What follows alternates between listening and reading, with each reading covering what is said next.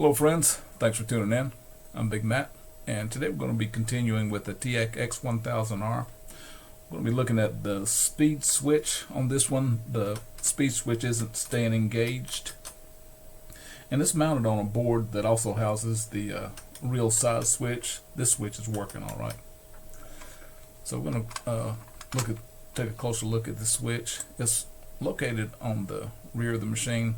That's how you access it. It's on this circuit board, and this one is the real speed switch, and this switch is for the real size switch. So to get to those, you have to remove this board to get access to it and desolder the switch and put the new one in. It'll be a little time consuming just getting access to it, but it's something that if you want to replace that switch, that's the way you go about doing it. Another option that I use often is,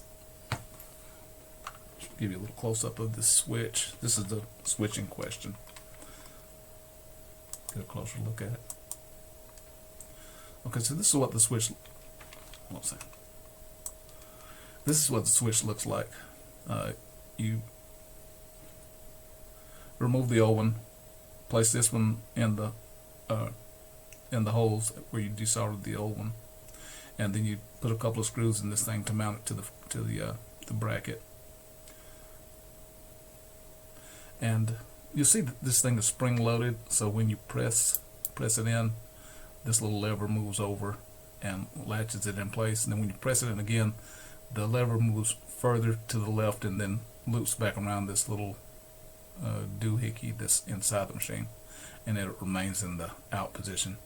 So my fix for this most of the time is to simply remove this spring. So when you press this switch in, it stays in because there's no spring tension pushing it back out, and when you want it to come out, just pull it out. It won't be stuck in the in position like this one. This one's still operational, so it's going to stay in.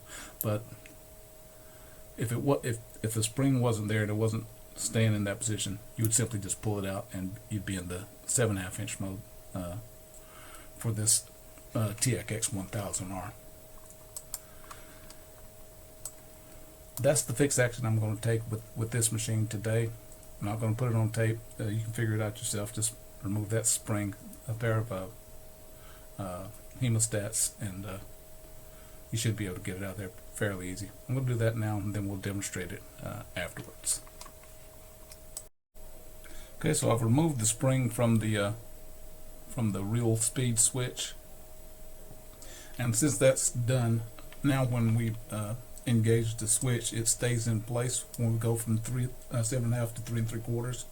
Just push the switch in, and since there's no spring tension on the switch pushing it back out, it remains in place.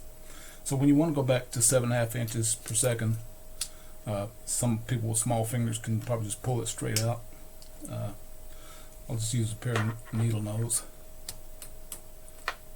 and once you pull it out, it stays where it is. So this is a simple solution for a common problem on these TEAC X1000Rs, and you can also apply this to other machines as well. I know I've got a lot of Pioneer equipment. The equalizers and the sound processors all have those little push-in switches that tend to go bad over time.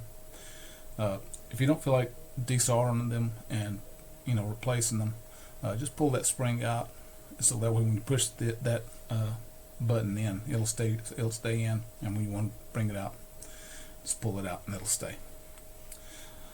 That's it for this TEAC X1000R. I appreciate you watching my video. I'm Big Matt, and you guys take care.